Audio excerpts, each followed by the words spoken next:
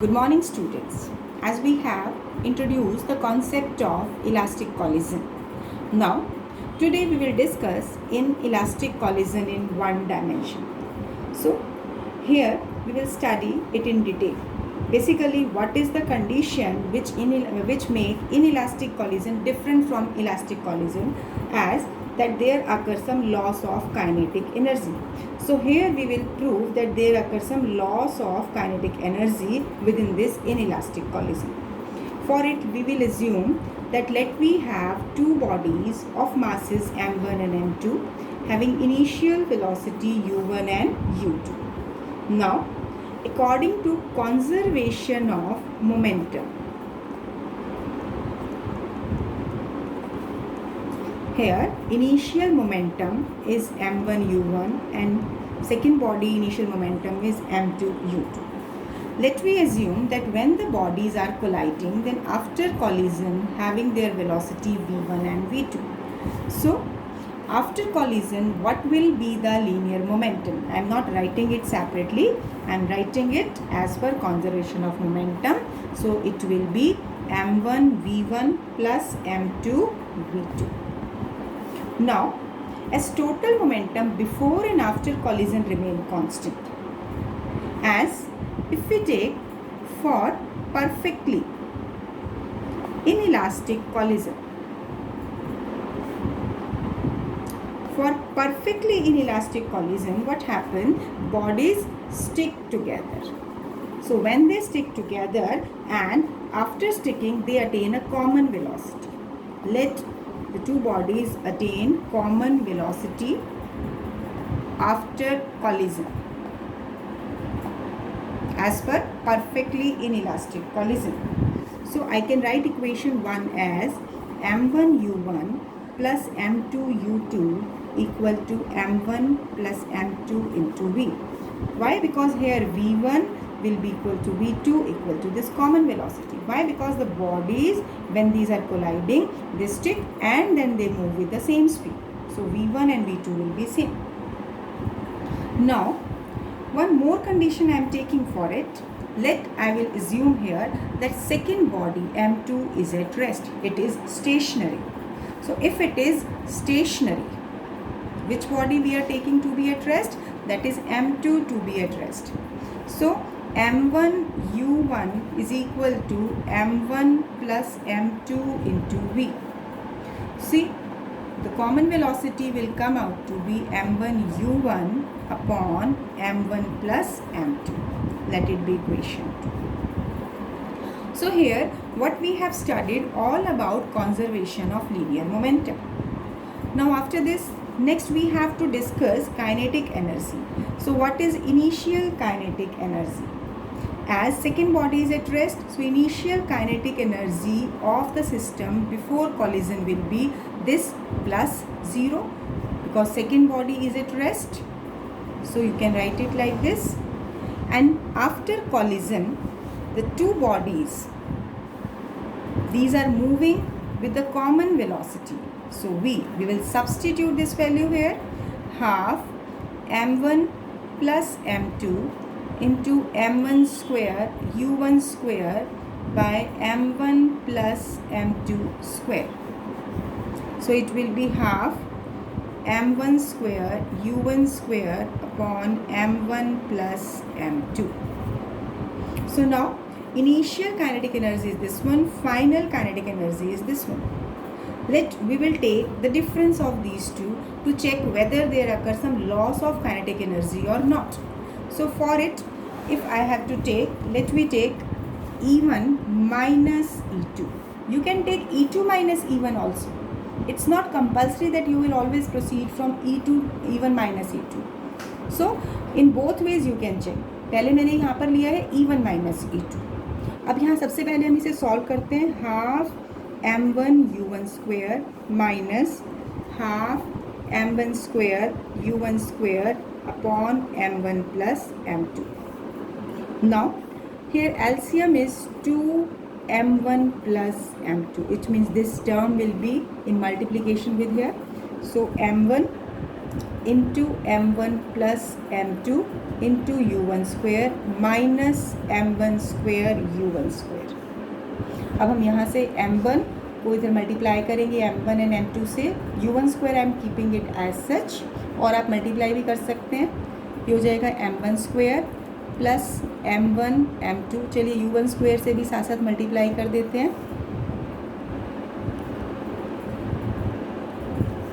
Just to have simplified result. अब ये factor इससे कैंसिल हो गया, तभी इसीलिए मैंने u1 को भी मल्टीप्लाई कर दिया था। अब यहाँ पर e1 माइनस e2, ये क्या आ रहा है, m1 m2 u1 square upon 2 m1 plus m2। What does it mean? इसका मतलब है कि initial kinetic energy is equal to final kinetic energy plus this amount. अब यहाँ देखिए मासेस तो पॉजिटिव ही होते हैं, अगर वेलोसिटी नेगेटिव भी हो तो उसका स्क्वायर कर देंगे तो फर्दर ये पॉजिटिव ही रहेगा। It means this e1 minus e2 is greater than 0। क्या मतलब हुआ कि e1 की वैल्यू e2 से ज़्यादा है। जब initial kinetic energy is greater than final kinetic energy, it means there occur loss of kinetic energy. तभी हमें पता चलेगा देयर इज लॉस। कैसे? जब initial value of energy is more. अब अगर आप इसकी जगह पे मान लो e2 माइनस e1 निकालते तो क्या चेंज आता? ये जो रिजल्ट आता ना वो नेगेटिव आ जाता ऑटोमेटिकली। अगर आपको डाउट है you can solve it. e2 minus e1 पर ये रिजल्ट नेगेटिव आएगा, तो अगेन वो दैट विल इंडिकेट कि e2 minus e1 will be less than 0, so automatically e1 is greater than e2. So in this way this question can be asked that how can you explain there occurs some loss of kinetic energy in inelastic collision in one dimension. So this is all steps which you have to proceed. Now after this let me take the discussion of elastic collision in two dimensions just in brief. As two-dimension collision is a collision in which the two bodies after collision they will move in different direction, that will be in a plane. So let two bodies m1 and m2, they are moving along x-axis. Initially they are moving along x-axis. Now when they collide, after collision let the bodies move along the directions making an angle, let it be theta 1 or theta, or it be phi. कोई भी angle ले सकते हैं, theta 1 theta 2. Let we are taking that after collision two bodies move in a direction such that their velocity vector making an angle theta and phi with the x-axis. अब इस case में हमें basically proceed कैसे करना है? Here as again the collision is elastic, so in that particular case both kinetic energy and linear momentum will remain to be conserved. So as if we take kinetic energy to be conserved, so kinetic energy before collision half m1 u1 square plus half m2 u2 square, this must be equal to half m1 v1 square plus half m2 v2 square, right? So half you can take common and cancel it out. Now second condition, as linear momentum is conserved, जब ये conserved है, अब यहाँ पर हमें एक point देखना है कि इनिशियली बॉडीज का, इस बॉल्स का मोशन कहाँ है? अलोंग एक्स एक्सिस, यानी इनिशियल मोमेंट पे there is no vertical motion of the balls. तो हम अगर मोमेंटम के कॉन्जर्वेशन को हॉरिजॉन्टल एंड वर्टिकल डायरेक्शन में अप्लाई करें तो सबसे पहले अगर हम ये कहें कि v1 वेलोसिटी फर्स्ट बॉडी की आफ्टर कॉलिजन है, तो कॉलिजन के बाद इस वेलोसिटी के रेक्टेंगुलर कंपोनेंट्स क्या होंगे? अलोंग एक्स एक्सिस ये कंपोनेंट हो जाएगा v1 cos थीटा और इसके परपेंडिकुलर हो जाएगा v1 sin theta. Simply resolution of vector use किया है। ऐसे ही v2 का ये एंगल एक्स एक्सिस के साथ फाई है, तो ये कंपोनेंट हो जाएगा v2 cos फाई और परपेंडिकुलर कंपोनेंट हो जाएगा v2 sin फाई।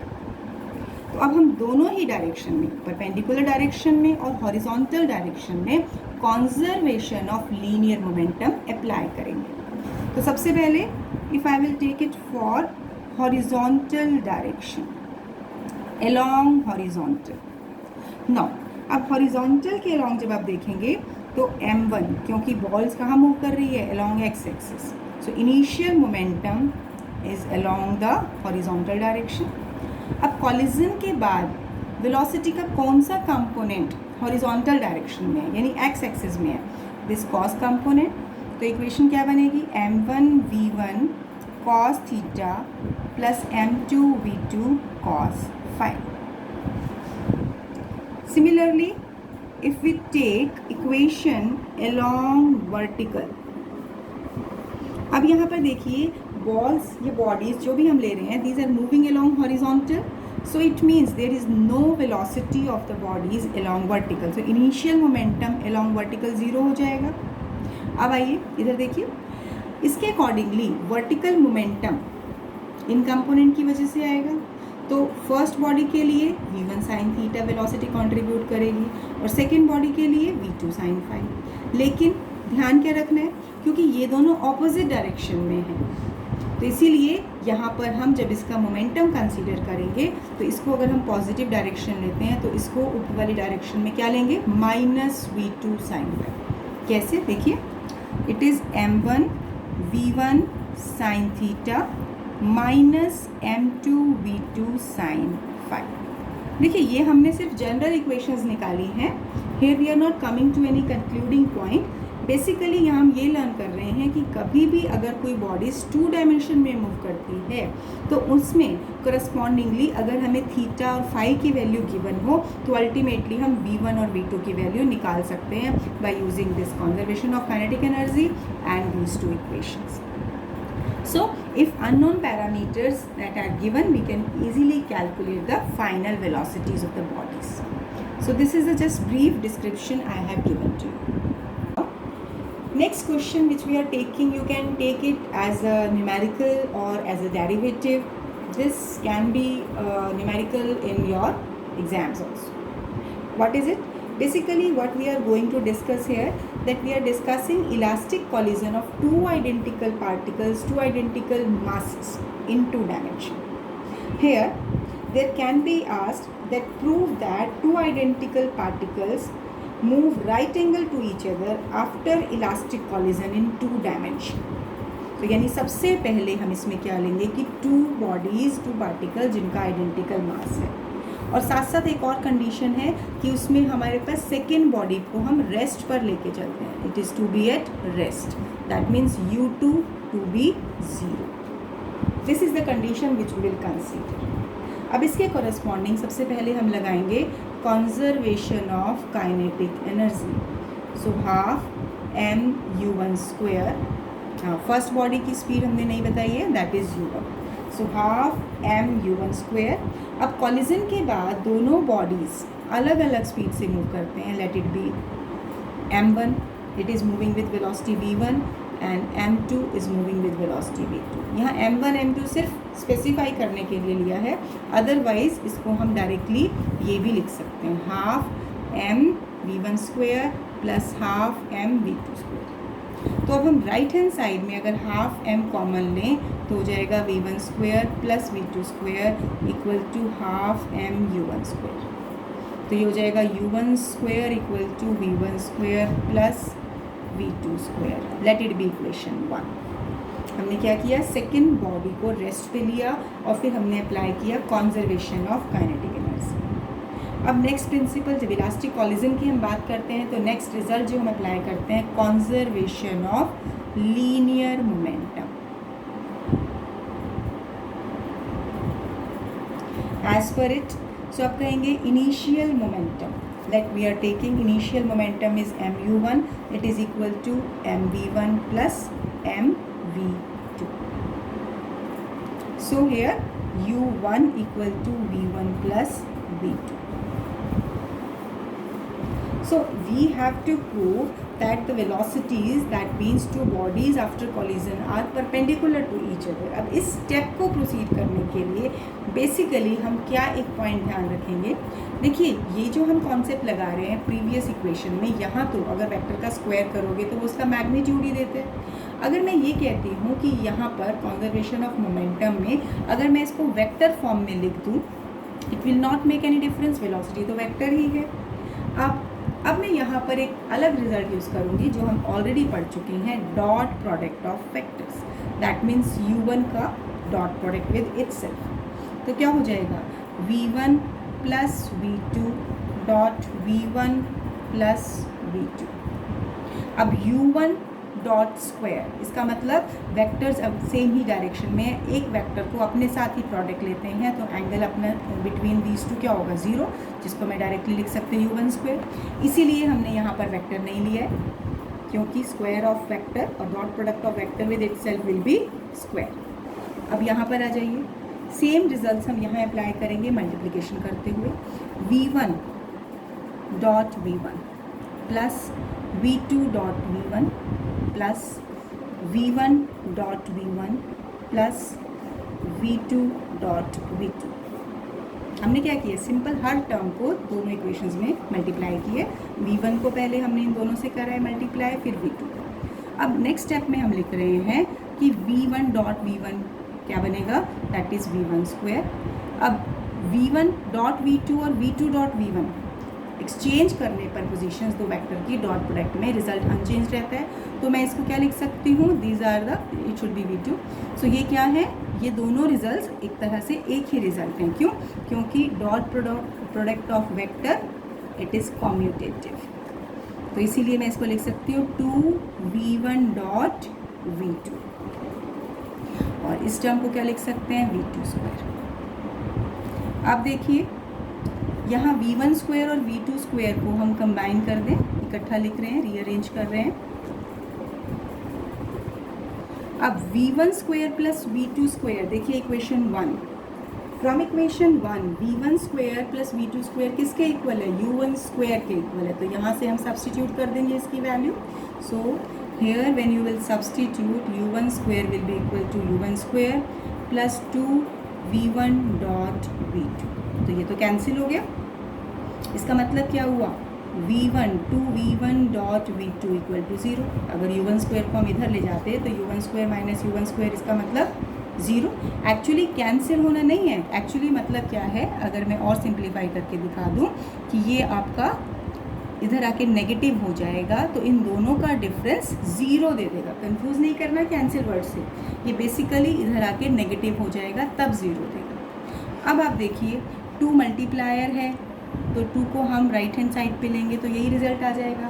अब क्या बचा, अब दो वेक्टर्स का डॉट प्रोडक्ट, यहाँ सेम वेक्टर नहीं है, v1 और v2 दो वेक्टर्स हैं, अगर उनका डॉट प्रोडक्ट 0 हो तो क्या मतलब होता है कि vectors are perpendicular. This is a property of scalar product और dot product. If the two vectors are perpendicular to each other, only then their dot product is 0. Hence we conclude that in two-dimensional elastic collision, if two identical particles move, out of which one particle is at rest, then after collision they will move at right angle to each other. It's very important kind of question. Conceptual कह सकते हैं, numerical या फिर derivation, किसी भी तरह से लिखेंगे, लेकिन this kind of question can be coming under the category of hot questions. Now after doing that problem, that numerical, now next we are taking one special case for elastic collision in two dimension. As in a glancing collision, incident particle does not lose any kinetic energy and is scattered almost undeflected.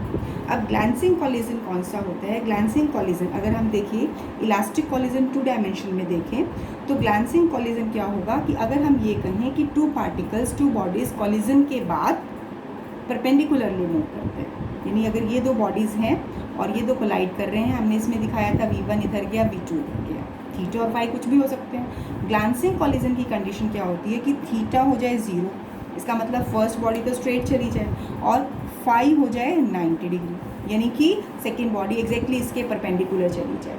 तो उस case में इसकी kinetic energy पर क्या effect आएगा, ये इस हमने शॉर्ट केस में स्टडी कर रहे हैं। तो अब हम इन्हीं रिजल्ट्स को लेंगे जो हमने इलास्टिक कोलिजन इन 2 डायमेंशन लिया। यहाँ पर कंजर्वेशन ऑफ मोमेंटम जो हमने लिया था उसके अकॉर्डिंगली अब देखिए, अगर हम थीटा और फाई की वैल्यू पुट करते हैं, what we are getting, theta 0 है तो कॉस थीटा हो जाएगा 1 एंड कॉस फाई हो जाएगा 0। तो अगर इसको फर्स्ट इक्वेशन दूँ और इसको सेकंड इक्वेशन दूँ, तो फर्स्ट इक्वेशन से m1u1 इक्वल टू m1v1, ये वाला फैक्टर तो 0 हो जाएगा, तो क्या बचेगा u1 इक्वल टू v1। इसका मतलब क्या हुआ कि फर्स्ट बॉडी जो सेकंड बॉडी जो रेस्ट पर थी उससे कोलाइड कर रही है, तो कोलिजन के बाद फर्स्ट बॉडी सेम स्पीड से आगे एक्स एक्सिस यानी उसी हॉरिजॉन्टल डायरेक्शन में मूव कर जाएगी विदाउट एनी डिफ्लेक्शन। अब नेक्स्ट पॉइंट, अब हम वर्टिकल के अलॉन्ग देखते हैं। वर्टिकल में जब देखेंगे साइन थीटा, थीटा 0 होने से साइन थीटा हो जाएगा साइन 0 जो कि वैल्यू देगा 0, और साइन फाई हो जाएगा साइन 90, तो ये दे देगा 1। इट मीन्स वर्टिकल इक्वेशन क्या हो जाएगी, m1v1 0 minus m2v2 1 equal to 0। What does it mean, ये फैक्टर तो 0 ही हो गया, तो क्या बचा, this minus m2v2 0, this implies v2 is 0। It means second body की वेलोसिटी 0 है। तो अल्टीमेटली जो kinetic energy of target particle होगा, सेकेंड बॉडी जो टारगेट है जो इनिशियली रेस्ट पर थी, अब उसकी काइनेटिक एनर्जी भी क्या हो गई, half m2v2 square. What does it mean, so in glancing collision the incident particle does not loss any kinetic energy and is scattered almost instantly, sorry not instantly, it is almost going undeflected, यानी first particle collision के बाद straight चला जाता है। तो glancing collision में under these conditions we are drawing this kind of conclusion. Now after this we are taking numericals. First of all I am taking one two numerical on coefficient of restitution. See, statement is a ball is dropped from a height h onto the floor. If coefficient of restitution is e, calculate the height to which it rebounds. It means when it is striking and after that it will rebound, up to what height it will rebound. तो सबसे पहले देखिए, as we are taking, as it is dropped, the ball, this is dropped from this point, यानी initially तो ये rest से ही throw किया, अब यहाँ पर जब स्ट्राइक कर रहा है तो स्ट्राइक करते टाइम मान लो इसकी स्पीड हम ले लेते हैं v, क्या लेते हैं v। अब हम कहते हैं कि जब ये ग्राउंड के साथ स्ट्राइक करता है और फिर से रीबाउंड करता है, तो मान लो इस इंस्टेंट पे इसकी वेलोसिटी है v डैश। तो let we are taking that coefficient of restitution is v2 minus v1 upon u1 minus u2। पहले हमें इसी कॉन्सेप्ट को समझना है। सबसे पहले देखिए कि जिस स्पीड से बॉल फ्लोर की तरफ आ रही है, तो यानी u1 की वैल्यू क्या हो गई v, यानी before striking the floor then the initial speed of the ball with which it is just hitting the floor, this is u, this is v। अब initial speed of floor, floor तो rest पर है collision से पहले भी और collision के बाद में भी, तो इसकी वेलोसिटी कॉलिजन के बाद भी 0 ही रहेगी। अब हम कहते हैं कॉलिजन के बाद बॉल वापस अपवर्ड डायरेक्शन में मूव करती है, अब इसमें डायरेक्शन रिवर्स हो जाएगी, तो u2 क्या हो जाएगा, not u2, this is v2, sorry it is not v2, it is v1, क्योंकि फर्स्ट बॉडी के लिए हमने फर्स्ट सफिक्स रखा है, सेकेंड बॉडी के लिए सेकेंड, फ्लोर का सफिक्स 2 है और बॉल के लिए हम 1 यूज़ कर रहे हैं। तो v1 कितनी होगी, यानी velocity of ball after striking the floor it will be v dash, और नेगेटिव साइन भी आएगा। नेगेटिव क्यों आएगा, क्योंकि अब ये रीबाउंड हो रही है तो डायरेक्शन रिवर्स होगी। तो अगर हम e यहाँ ले रहे हैं और इस फॉर्मूले में वैल्यूज पुट कीजिए, v2 0, v1 this is minus v dash, u1 v minus 0, तो ये क्या हो गया v dash upon v। So e is v dash upon v। This is a main point. इसमें हमें कॉन्सेप्ट हमने यूज़ किया कोफिशिएंट ऑफ रेस्टिट्यूशन का। इसमें ज़्यादातर बच्चों को क्या कन्फ्यूज़न रहती है कि हम यहाँ पर U1 U2 V1 V2 कैसे निकालें। एक बार दोबारा से देख लीजिए कि जब हम कह रहे हैं कि जिस फ्लोर पर या जिस वॉल पर कोई दूसरी बॉडी स्ट्राइक कर रही है वो तो रेस्ट पर ही है, फ्लोर पे कॉलिजन से पहले या कॉलिजन के बाद उसके हिट करने का कोई भी इफेक्ट नहीं रहेगा। इसीलिए वॉल की या फ्लोर की इनिशियल वेलोसिटी और फाइनल वेलोसिटी ज़ीरो ही रहेगी, बिकॉज दोनों in both the condition it is at rest. Change किसकी होगी? जो बॉल स्ट्राइक हो रही है।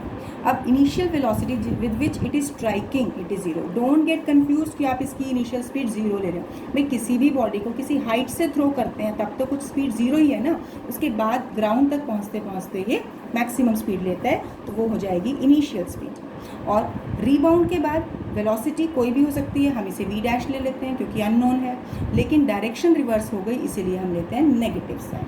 सो hence we are getting coefficient of restitution as v dash upon v।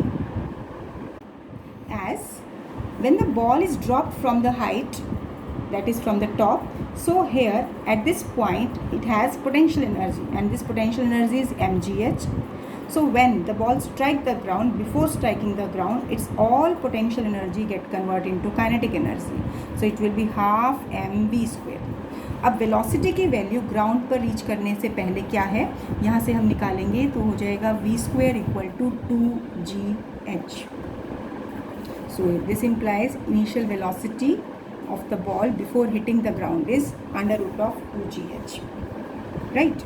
तो अब हम अगर इस वैल्यू को यहाँ पुट कर दें तो v डैश क्या हो गया, e times v, so it will be e into under root of 2gh. अब हम क्या कह रहे हैं, now let the ball rebounds to height h, यानी अब ये h हाइट से वापस किसी दूसरी हाइट पर पहुँच रहा है।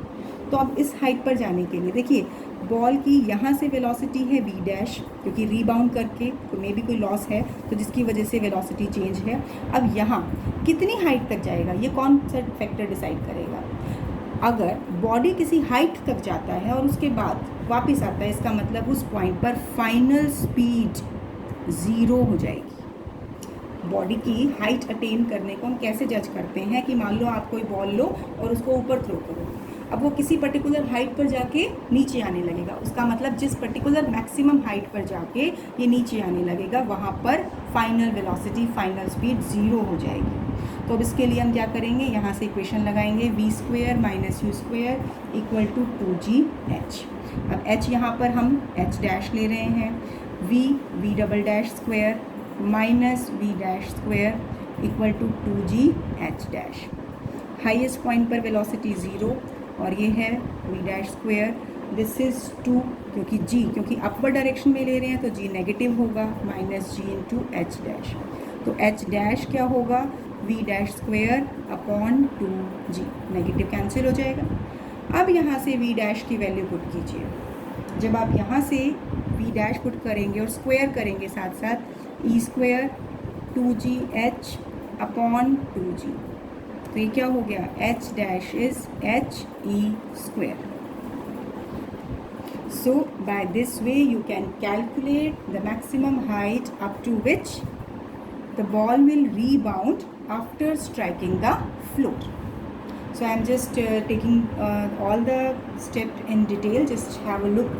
Just as you are observing that ball, when it is hitting the surface, then main point हमने लिया कि इनिशियल स्पीड ऑफ बॉल क्या होगी और स्ट्राइकिंग के बाद इसकी स्पीड क्या होगी, ये मेन पॉइंट है। This is a main portion. अगर आपको ये कॉन्सेप्ट क्लियर हो जाता है कि कौन सी बॉडी रेस्ट पर है और कौन सी इनिशियल और फाइनल वेलोसिटी है, तो आपको प्रॉब्लम नहीं आएगी न्यूमेरिकल में। फिर क्योंकि बॉल स्टार्टिंग पॉइंट पर है तो यहाँ पर पोटेंशियल एनर्जी, और ग्राउंड पर हिट करने से पहले सारी पोटेंशियल एनर्जी किस में कन्वर्ट हो गई, काइनेटिक एनर्जी में। तो इसके करस्पॉन्डिंग हमने वेलोसिटी की वैल्यू निकाली। अब इन दोनों रिजल्ट्स को यूज़ करके यहाँ से हमने final velocity with which ball will rebound वो निकाला। सेकंड केस में आ गए जिसमें हम क्या देख रहे हैं कि कितनी हाइट तक बॉल रीबाउंड करेगी, तो उसके लिए हमने फर्दर इक्वेशन ऑफ मोशन लगाई v square minus u square equal to 2gh, और वैल्यू सब्सटीट्यूट करने के बाद फाइनल हाइट जिस तक ये मूव करेगी, जिस तक ये राइज करेगी, वो हमने निकाल लिया। इस न्यूमेरिकल में सारा काम हमने जनरल पैरामीटर्स में किया है, कोई वैल्यू स्पेसिफाई नहीं है।